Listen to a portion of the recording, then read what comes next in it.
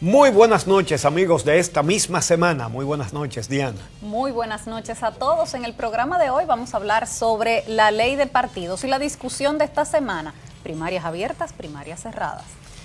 Y otros temas económicos también. También el diálogo entre el gobierno y la oposición de Venezuela en Santo Domingo. Y los chismes internos también, Sí. sobre esa visita. Además, vamos a hablar sobre corrupción, por supuesto, el tema que no duerme en la República Dominicana, a propósito de Odebrecht, la JUN, Marcha Verde y otras hierbas aromáticas. Sí, y naturalmente la décima que tiene que ver con ese tema. Unas preguntas en décimas, así que no se lo pierdan. Regresamos con ese contenido.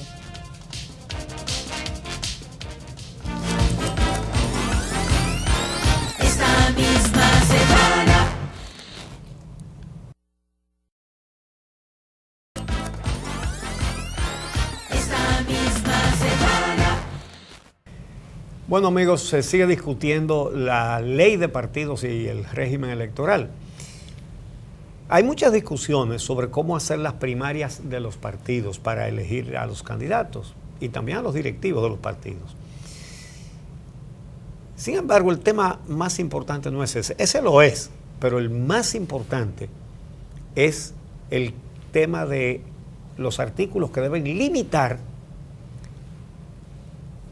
los fondos, la campaña en sus diferentes vertientes, en su duración, en la ocupación de espacios públicos, de espacios de prensa, de espacios de televisión, de espacios de radio, de las explicaciones que hay que dar de todo lo que se reciba, de la transparencia. Es decir, que todo ciudadano pueda saber quién ha colaborado con cada partido, los límites de cuánto puede dar un donante. Eso es lo más importante de todo, de todo, de todo, de todo. Pero esta semana la discusión ha sido si el padrón abierto o el padrón cerrado en las primarias de los partidos, porque esto podría afectar los resultados de las distintas facciones a lo interno de los partidos. Y ya ustedes recuerdan que el presidente de la Junta había dicho unos días que hacer un montaje en el que fuera la Junta Central Electoral la que montara, valga la redundancia, las elecciones de los partidos, las primarias de los partidos, le costaría unos 5,000 millones de pesos y que eso sería descabellado. Pero ahora no estamos hablando del financiamiento de ese proceso, sino de si se hace con el padrón de la Junta o con el padrón de los partidos. Y ahí es que viene el tranque, pero vamos a ver lo que dijeron algunos legisladores sobre esa posición que mantiene la Junta Central Electoral. En primer lugar, porque una primaria, independientemente de que sean simultáneas, no significa unas elecciones generales. Los porcentajes de participación de la gente es muy por debajo de unas elecciones generales. Pero yo no creo que se puede gastar menos dinero haciendo una primaria para el PRM, una para el PLD, una para el Reformista y así sucesivamente 4 primarias divididas que hacer una sola simultánea. Habría que evaluar cuáles son esos cálculos que está haciendo la Junta Central Electoral respecto a eso. Desconozco con profundidad cuáles son los detalles de esa proyección que ha hecho la Junta. Bueno, hay que señalar que es verdad que resultarían costosísimas. Pero yo te voy a decir algo, hay que montarlas como quiera, porque los partidos la iban a montar también. No, porque fíjate qué es lo que pasa. En unas elecciones que son municipales, legislativas, hay, ¿tú sabes cuántos candidatos? Son miles y miles y miles entre todos los partidos. Vamos a decir entre los 4 que harían primaria, porque los minoritarios no pueden hacer primaria. Y la ley definiría eso, que es lo que saquen más de un 5% de los votos. Pero aún si fuera esos 4 partidos, hay que imprimir boletas. Ahí van a figurar candidatos en cantidad, pero sobre todo hay que abrir unos 16,000 colegios electorales. Una primaria de un partido se hace con 2,000 colegios electorales, pero una primaria se hace con 16,000. Pero además funcionarían, si se hace en el mismo día, una fila de cada partido con una urna de cada partido. Y eso sería mucha gente y las candidaturas serían muy complejas porque serían demasiados candidatos. Hay que calcular, hay que multiplicar primero por 3, que tienen que hacerse con un mínimo de 3 candidatos por cada posición. Y luego, lo que eso de multiplicarlo por 4, que son los 4 partidos que competirían. Eso es sumamente complejo y es verdad que es muy costoso. Bueno, pero ya con la posición expresada por la Junta Central Electoral es poco probable que lo establezcan así en el proyecto de ley que se está trabajando. Ahora, lo que queda por definir es si las primarias que monten los propios partidos se hagan con el padrón de la Junta o con el padrón de los propios partidos. Eso sí es lo importante. Exacto. Ahí es que vamos, porque, miren, el tema es que hay quienes quieren el padrón abierto, como se ha hecho hasta ahora. Y eso lo que abre es la posibilidad de que un partido decida cuáles van a ser los candidatos de su oponente. Y esto el que más lo puede hacer es el partido que está en el gobierno, que es el que tiene más dinero. Con la legislación que se está consensuando, quedaría prohibida la doble o la múltiple militancia. Hoy día usted puede pertenecer a 10 partidos, pero ya se ha consensuado, y en eso sí que están de acuerdo todos, en que solo se permita que cada ciudadano esté en el padrón de un partido, de uno. Obviamente, así debió haber sido siempre. Claro, pero Sí. ¿Y por qué no lo era? Porque el partido que esté en el gobierno, el que sea, dice, bueno, a mí me conviene que la oposición lleve a Juaniquito el Tiznado de candidato. Sí, y no a su líder más fuerte. Exacto, entonces manda al más vulnerable, al más inepto, en fin. Entonces, manda a la gente suya que también está en el padrón del otro partido a votar. Y dice, vota por fulano, por el peor, por el que a mí más me conviene que sea el candidato opositor. Entonces, bueno, sí, por eso hay gente que todavía insiste en que lo hagan así. Sí, abierto. Sí, pero si hace con un padrón cerrado, ahí no hay tutía. Eso sería confiable en ese aspecto. Pero aunque los partidos opositores ya han expresado que ellos quieren padrón cerrado, estoy hablando del PRM y los demás partidos pequeños, ellos han dicho queremos padrón cerrado. En el PLD no está tan clara la cosa, porque hay un grupo que quiere el cerrado y hay otro grupo que quiere el abierto. Entonces la pregunta es, ¿a quién conviene el padrón abierto y a quién conviene el padrón cerrado? El abierto le conviene a Danilo o al danilismo y el cerrado le conviene a Leonel, porque Danilo ahora mismo es el que administra todas las ayudas sociales, todo el asistencialismo, y entonces ya sea que él decidiera volver a cambiar la Constitución o la persona a la que él apoye, ese padrón abierto le beneficia. Sí. Pero entonces está el otro lado, la facción de Leonel Fernández, y el tranque que hay ahora mismo con ese tema es por la discusión entre esas dos facciones. En eso Danilo está solo, porque toda la oposición quiere el padrón cerrado, que es lo correcto, señores. Vamos a ver la denuncia que hacen precisamente el bloque de partidos opositores sobre el intento que ellos llaman de imponer el padrón abierto. Los partidos políticos que componen la oposición política del país exigen un consenso de todos los partidos políticos en la aprobación de la reforma a la ley electoral y la ley de partidos, como lo expresa el presidente del Frente Amplio, Fidel Santana. Los partidos de oposición expresamos el rechazo absoluto a los intentos de un sector del comité político del PLD por imponer en la ley de partidos la obligatoriedad de primarias con padrón abierto, por considerarlo un instrumento legal que permitiría a partidos políticos intervenir de manera directa en la elección de los candidatos de sus contrarios. En tanto, Pelegrín Castillo, presidente de la Fuerza Nacional Progresista, explicó que este consenso debe de realizarse para ponerle un fin a esta situación que afecta a la oposición. Esta es una oportunidad para abocarnos a un proceso de reformas profundas, de reformas verdaderas, no aprovechar el proceso político, electoral y este tipo de momentos de reforma legislativa para sacar ventajas, porque la estabilidad del orden político, democrático, electoral va a depender mucho de lo que se haga con esa ley de partidos políticos y con la ley del sistema electoral.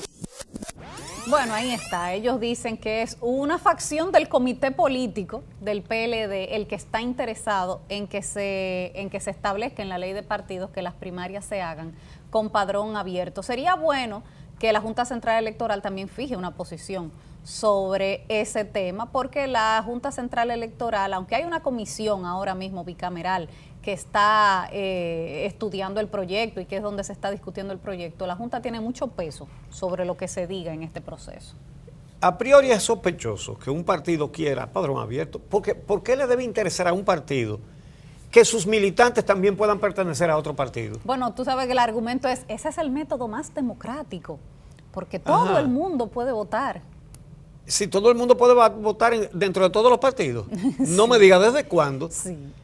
Bueno, se está haciendo, pero eso es completamente anormal, irregular y fraudulento, Claro. porque sirve para el fraude también. Ahora, Entonces, pero además, si tú tienes un partido, tú quieres que los militantes de tu partido voten en tu partido. A ti no te interesa lo que ocurra con los otros partidos, supuestamente, si no es una trampa lo que tú estás tratando de hacer. Ahora, sería bueno saber, en el caso de que se establezca el padrón cerrado, que es lo que quieren los partidos opositores, ¿qué hará la Junta Central Electoral precisamente para depurar esos padrones de los partidos? Porque, como tú señalabas, hay muchas personas que militan en varios partidos. Entonces, todo eso tendría que ser corregido antes de que llegue la fecha de las primarias. Sí. Todos esos padrones tendrían que ser saneados y contactar persona por persona para que decida con cuál partido se queda. Ahora hay una cosa muy clara.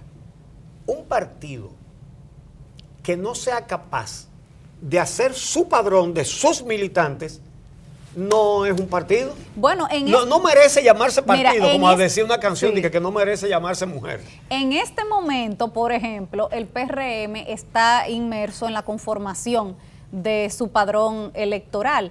Y ha habido críticas por parte de dirigentes porque la forma en que lo están haciendo es que han designado en las distintas provincias algún líder del partido que es el que se encarga de agenciar el proceso. Pero como ya hay una campaña a destiempo dentro del PRM, la mayoría de los líderes importantes de ese partido responden a un grupo o a otro. Sí. Entonces, si tú estás en una provincia donde al líder que le toca organizar el proceso es de Hipólito o es de Luis Abinader, obviamente que él va a estar interesado que quienes se inscriban en el padrón sean los de esa facción. Claro. Entonces, mira cómo van los problemas enredándose. Oye, nuestros partidos son tan tramposos que las trampas se hacen internamente unos contra otros. Por ejemplo, en las elecciones generales, cada partido tiene un delegado en cada mesa electoral. Pero ¿qué sucede? Que los diputados están compitiendo por el voto preferencial. ¿Y qué es lo que sucede? Que como el partido solamente tiene un delegado, ese delegado está atado a uno de los candidatos a diputado de su partido, pero no a los otros. Aquí se ha demostrado que solo el 15% de los votantes marca a un diputado. El 85% vota por el presidente y no marca por qué diputado. A lo mejor pone al senador, pero no al diputado. Porque votando por el senador, tú votas por todos los diputados. Los arrastras. Ahora, y entonces gana el que tenga más votos, pero los que votan por los diputados, repito, son 15%. Entonces, ¿qué es lo que sucede en la práctica? Que en la mesa electoral, cuando están contando, el delegado le pone votos al diputado que él quiere. Exacto. Entonces, si por ejemplo, Berenjeno López obtuvo 10 votos y Juaniquito Etiznao obtuvo 14, pero él está con Berenjeno López. Entonces, como hay tantos votos vacíos en los diputados, así taque, y le pone 20 a Juaniquito a Berenjeno López. Y ganó Berenjeno y no el que de verdad obtuvo más votos. Son trampas que se cometen en las elecciones generales, pero que tienen un efecto interno. Es un candidato haciéndole una trampa al otro candidato de su propio partido. Y eso es otra aberración electoral que tenemos en el país. Mira, esos conflictos internos, esos intereses son los que tienen frenado la ley de partido históricamente y en este momento también. Esta semana se realizó un foro organizado por la Fundación Institucionalidad y Justicia sobre la ley de partidos y electoral, y esto fue lo que expresaron algunos de los asistentes.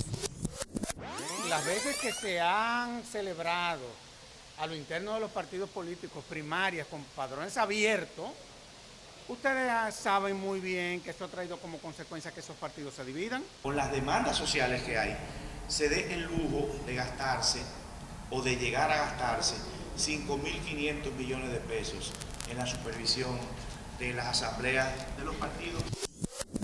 Es una realidad que urge esa legislación. Claro. Tanto la ley de partidos como el código electoral. Es decir, las reglas para la democracia interna en los partidos y las reglas para elecciones democráticas, justas, equitativas, y no así como estamos ya acostumbrados. Entonces, aquí estuvo en el programa El Día el secretario general del PRM, Chu Vázquez, quien se expresa sobre ese particular. La posición del partido, que sea primaria simultánea entre las fuerzas políticas mayoritarias, con padrón cerrado. Con padrón cerrado. Sí, cada partido tiene su padrón, organizada por la Junta Central Electoral. Y estuvo también en el día Cándido Mercedes, sociólogo, que fue además el coordinador general de Participación Ciudadana. Dice, Cándido se refiere al tema de la múltiple militancia y cómo eso se presta a las trampas. Vamos a ver lo que dice. Ahora, en el padrón se establece que tú no puedes estar en dos partidos simultáneamente. Ahora. Pero ahora sí. Ahora hay gente que está en 5 partidos. Pero ahora con la nueva ley no se puede. Bueno, eso es indispensable que quede definido en la nueva ley. Tiene que haber pronto ley electoral y ley de partidos, y a favor de eso está la Junta Central Electoral. De manera que no se puede esperar otra cosa más que se aprueben las dos leyes y que se pongan los controles necesarios al financiamiento, entre otras cosas, y que se aprueben que las primarias de los partidos sean con padrón cerrado. Así que aquí tiene que haber ya una ley de partidos que tiene 17 años engavetada. Señores, en lo que va de siglo, todo ese tiempo lo tiene esa ley en una gaveta en el Congreso. Vamos a hacer una pausa y regresamos con el diálogo de oposición y gobierno de Venezuela en la República Dominicana. Ya volvemos. Esta misma semana.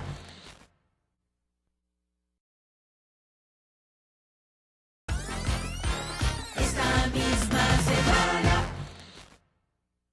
Bueno, el país es sede de una mediación entre el gobierno y la oposición de Venezuela. Primero vamos a escuchar al presidente Danilo Medina dando los resultados de las reuniones que se realizaron esta semana. De la primera, vamos a escucharlo primero. De la primera, sí. Sí, porque esa primera reunión había mucha expectativa, básicamente sorprendió a la comunidad internacional y al país que se montara tan rápidamente este diálogo, y con la participación del expresidente del gobierno español,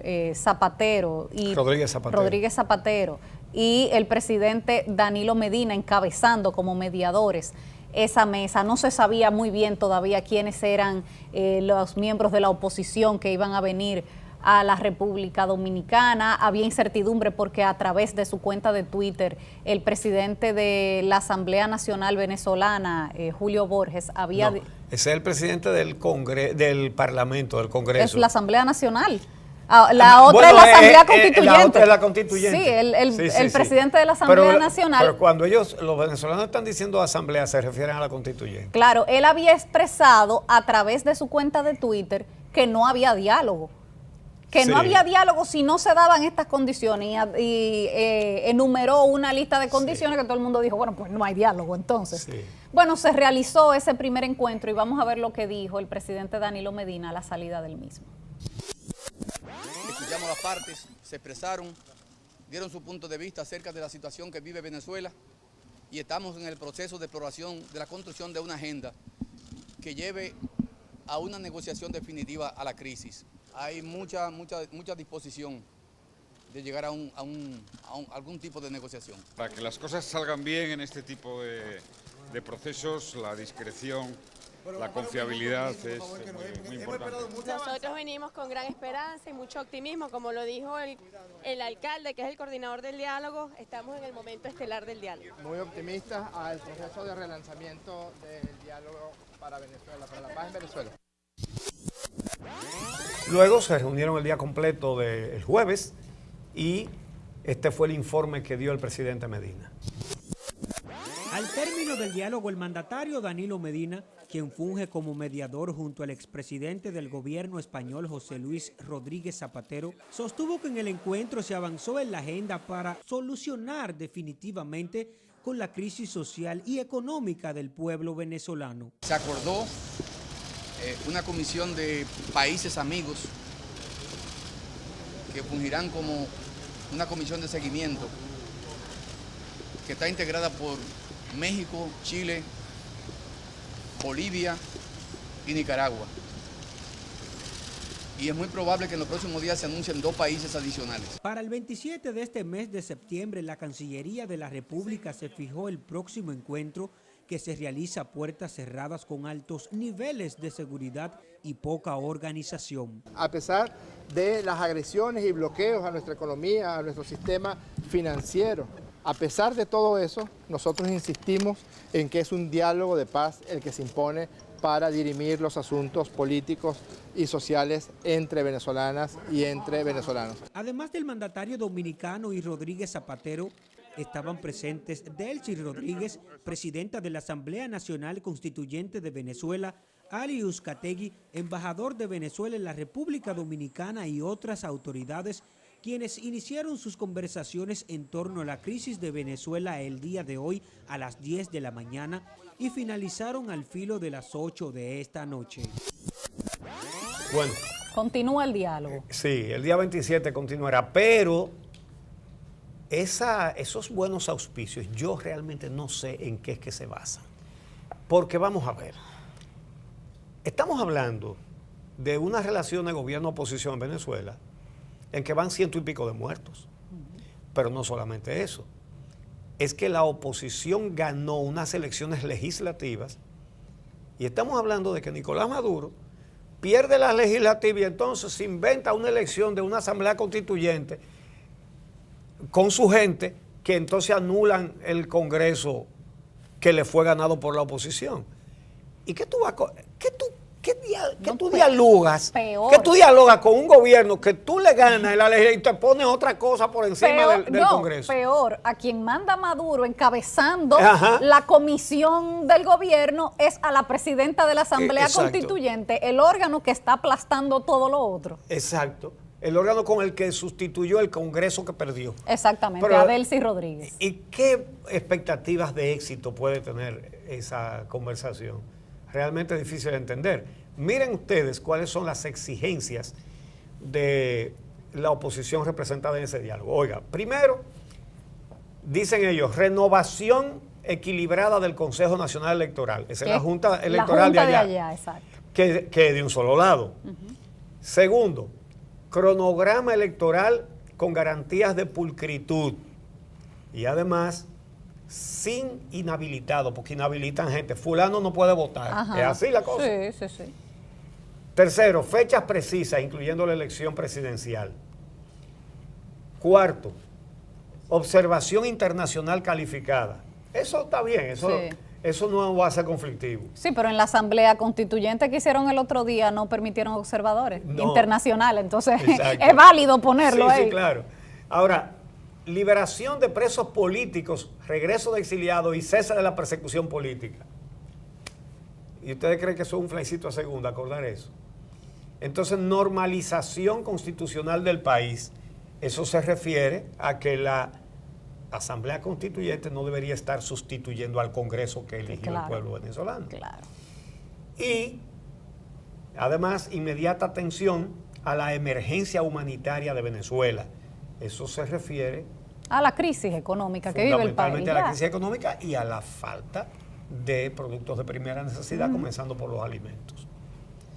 Esa es la cosa. Han criticado, una crítica que le han hecho a Maduro es algo inconsistente, que es porque está promoviendo el consumo de carne de conejo. Miren, la carne de conejo es exquisita y una coneja produce mucho más carne que una vaca, para el que no lo sabía. Porque una vaca, su embarazo dura 11 meses, ¿verdad? Y para que un novillo esté de provecho para carne, tiene que pasarle de 2 a 3 años para que coja 400 y pico de libras, ¿no? Una coneja pare incesantemente. Y cada vez que pare son 4 conejitos, 5, 6. Y esos conejos a los 2 meses están de provecho. Pero si tú calculas que la mitad sea hembra, esas a su vez comienzan a parir. Y miren, la crianza de conejos produce muchísimo más carne que la crianza de ganado. Con la ventaja de que hay mucho menos espacio, de que consume mucho menos. Eso sí, necesita mucho más cuidado porque se enferman y se mueren con mucha facilidad. Pero eso se da un entrenamiento. Así que la idea esa de Maduro deberíamos comenzar a copiarla aquí. La de los conejos, ¿eh? La pregunta es si hay una real voluntad de dialogar y de buscar una solución a la crisis y de ceder en exigencias. Porque hay personas que dicen esto es solamente el presidente Maduro ganando tiempo. Entonces esa intención se verá en las próximas reuniones. Ojalá de verdad haya un entendimiento para que haya solución a la crisis en Venezuela. Pero hay mucho escepticismo, empezando por el también expresidente del gobierno español, Felipe González, que dijo que eso no iba para ninguna parte. Bueno, eso es lo que yo creo también, que eso no va para ninguna parte. Que podría entenderse también como una crítica a Zapatero, no sé. Bueno, ese es otro... Pero ellos los dos vienen del PSOE. Mira, que ese es otro hecho reseñable en medio de todo este diálogo, como Leonel Fernández, que había sido el actor internacional junto a Zapatero, que había estado majareteando todo esto, queda relegado a un segundo plano y asume el presidente Danilo Medina el liderazgo de esta mediación. Sí, pero de todas maneras el sector oficial de Venezuela, el gobierno de Venezuela, se reunió con Leonel Fernández en Funglode. Sí. Que por cierto, Funglode, que es un centro de actividades culturales, es al mismo tiempo un centro político y eso como que... a ti te invitan, por ejemplo, a una actividad cultural en Funglode y tú no puedes evitar recordarte que cuando él se estaba resistiendo a la reelección de Danilo, todas las reuniones de emergencia con los diputados y todo fueron en Funglode. Eso es un centro político. Sí, claro. Ese es un centro de actividad política, ni siquiera partidista, intrapartidista, de una tendencia. Y que cuando Guillermo Moreno denunció y se querelló por las donaciones que había recibido Funglode por parte de instituciones del Estado y de Félix Bautista y de contratistas del Estado, el resultado fue que la donación no es un delito. Sí, exactamente. Qué bonito, bueno, ¿no? Pues cuando regresemos vamos a hablar de ¿qué? De corrupción. Así que no se vayan. Esta misma semana.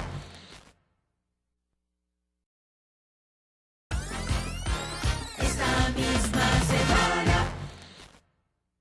Bueno, señores, el escándalo de Odebrecht estalló en los Estados Unidos por una investigación del Departamento de Justicia, estalló en Brasil y por eso aquí se sabe lo que allí sucedió.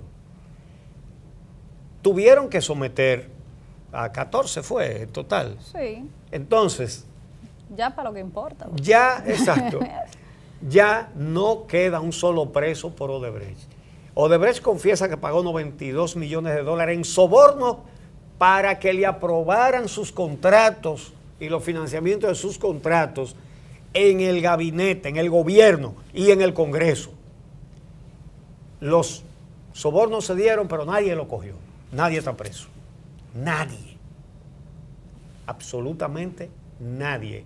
Los últimos dos que quedaban, Ángeles Rondón Rijo y Víctor Díaz Rúa, fueron despachados a sus casas con garantía económica. Vamos a ver la salida de Najayo de los últimos implicados en el caso de Brecht que quedaban presos. Hablamos del empresario Ángel Rondón y el exministro de Obras Públicas Víctor Díaz Rúa, a quienes el pasado viernes les fue cambiada las medidas de coerción que hasta el día de hoy cumplían en el Centro de Corrección y Rehabilitación Najayo Hombres. Esta medida, que fue variada por el juez de la Instrucción Especial Francisco Ortega Polanco, el mismo que hace unos meses les impuso 1 año y a otro 9 meses de prisión preventiva como medida de coerción, y que la semana pasada cambió por garantía económica de 70 millones de pesos a Ángel Rondón y 50 millones a Víctor Díaz Rúa, así como presentación periódica ante las autoridades e impedimento de salida del país. Ambos imputados se estuvieron preparando para sus salidas desde tempranas horas de la tarde. Al centro arribaron 2 vehículos, una camioneta blanca y una jipeta negra marca Land Cruiser, que penetraron dentro del centro y donde fueron colocadas las pertenencias de estos implicados, las mismas en la que posteriormente salieron del Centro Correccional Najayo Hombres. Bueno, hubo la tarde de ese día una manifestación que hicieron los verdes, el movimiento verde, en la avenida Nacaona, frente a la torre. A la Torre Caney. Donde vive Ángel Rondón, Ángel vive Rondón, ahí. una torre elegantísima donde viven multimillonarios, un piquete en el frente diciéndole de todo. ¡Qué espectáculo! Le dieron la bienvenida. Entonces, el movimiento verde dice que si no reciben sanción judicial deben recibir una sanción moral. Se han estado haciendo sometimientos. Eso es un ejercicio que es válido. A nadie le deben decir que no lo haga porque es un derecho. Aunque realmente se somete y el único resultado que se puede esperar es que se evidencie la captación de la justicia por parte del oficialismo. Pero usted no va a pretender que la justicia con el procurador del Comité Central, con el presidente de la Suprema Corte del partido, con los jueces del partido, usted no va a esperar que van a castigar a los jefes del partido, ¿verdad? Pero mira, además es inexplicable la decisión del juez Francisco Ortega, porque si la hubiera tomado otro juez, pero fue Francisco Ortega, el mismo que le impuso la medida de coerción en un principio. Que encontró en su primera decisión motivo suficiente para tener en la cárcel a Ángel Rondón 1 año y a Víctor Díaz Rúa 9 meses. Exactamente, para él ellos eran los que tenían la medida más gravosa, para él ellos eran los principales responsables y las personas para las cuales habían más elementos probatorios, e incluso sustentó en aquella ocasión su decisión diciendo que aunque no se podía establecer que hubiera un peligro de fuga, sí había sido comprometido el bien común en la República Dominicana. Exacto. Y por eso lo mandaba a prisión. Entonces ya no está comprometido. El bien común no está comprometido. Ya no está comprometido. Bueno, pero hay una cosa. Entonces, el Procurador General de la República, Jean Alain Rodríguez, entonces habló contra la decisión del juez y se quejó, pero ¿ha elevado algún recurso de apelación? Porque los fiscales y los jueces están para discutir, sí, o para actuar. Exactamente. Y si el procurador no está conforme con la decisión del juez, ¿por qué no ha recurrido esa decisión? Todavía está en plazo, creo. Todavía puede hacerlo, sí, pero él no ha dicho que va a someter ninguna apelación.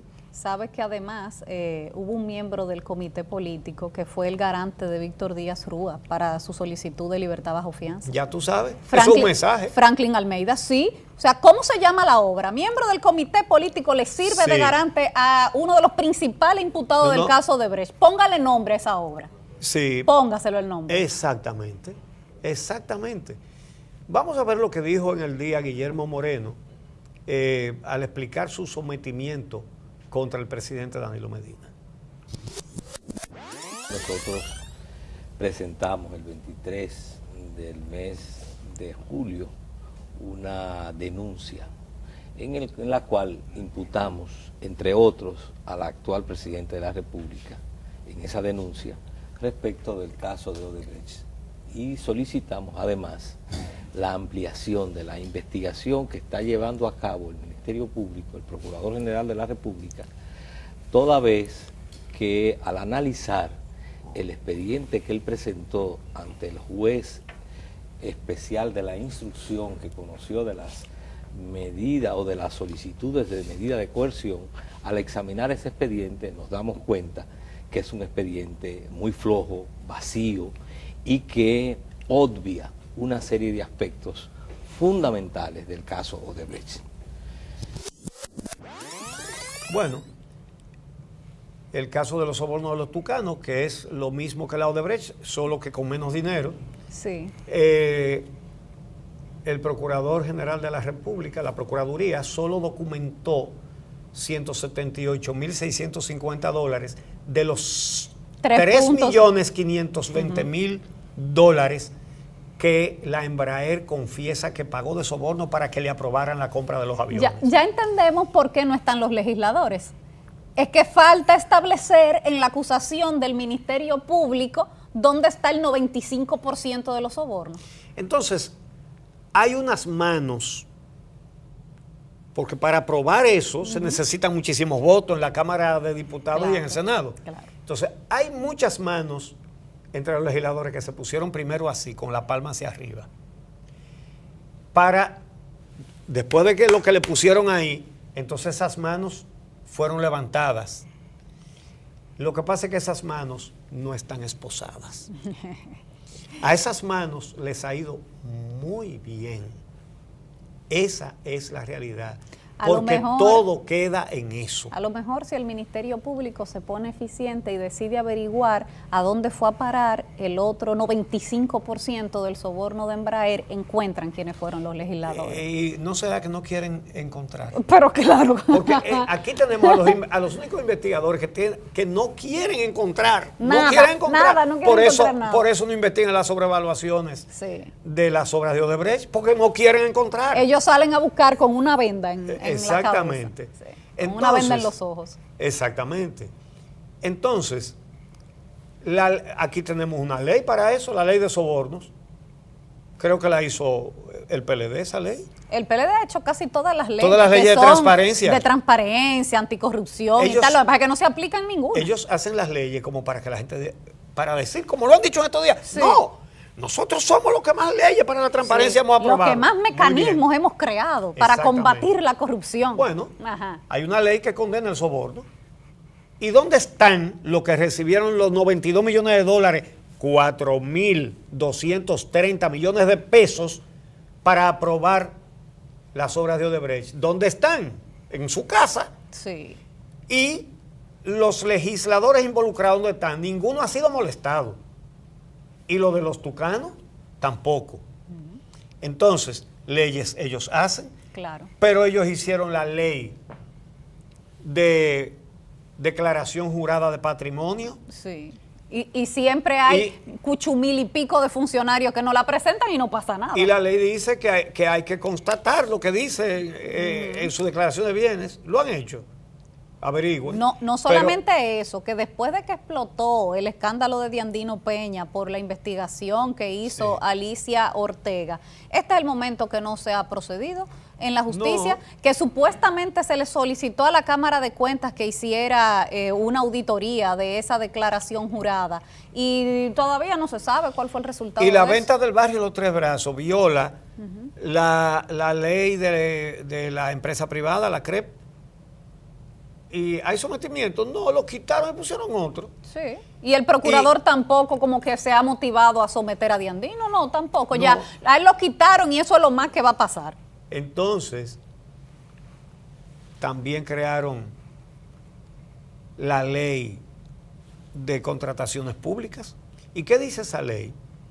Que hay que licitarlo todo, que no se le puede agregar al presupuesto aprobado más que un 25%, que es una barbaridad, ¿eh? Sí. Pero bueno, dice hasta el 25%, y aquí no hay obra que se quede con ese 25%, hay obra con el 200% de aumento en adenda, pero además, esa ley le pusieron un artículo que dice que en situaciones de emergencia no hay que licitar. ¿Y saben ustedes qué? Punta Catalina, las plantas de Punta Catalina se hicieron invocando ese artículo sobre situaciones de emergencia, una emergencia que tiene 2 años y pico y que va para otro año más. Sí, ¿qué emergencia fue esa? ¿Cuál fue el ciclón que ¿Cuál? pasó? Sí. El terremoto que hizo necesario ese decreto de emergencia. Sí, el cataclismo que hubo en Punta claro. Catalina, ¿cuál Sí, fue? sí. ¿Por Ninguno. qué emergencia? Simplemente para no cumplir. Para volarse los procesos, para eso. Entonces, esta semana, el presidente Danilo Medina emitió un decreto diciendo que todas las compras y contrataciones tienen que hacerse por el portal de transparencia, que es ok, el mecanismo y la cosa. Los mecanismos están, pero no se usan. Sí, pero a Odebrecht le siguen pagando. ¿La Exacto. décima va sobre eso? Sí, señor. Cuando regresemos. Esta misma semana.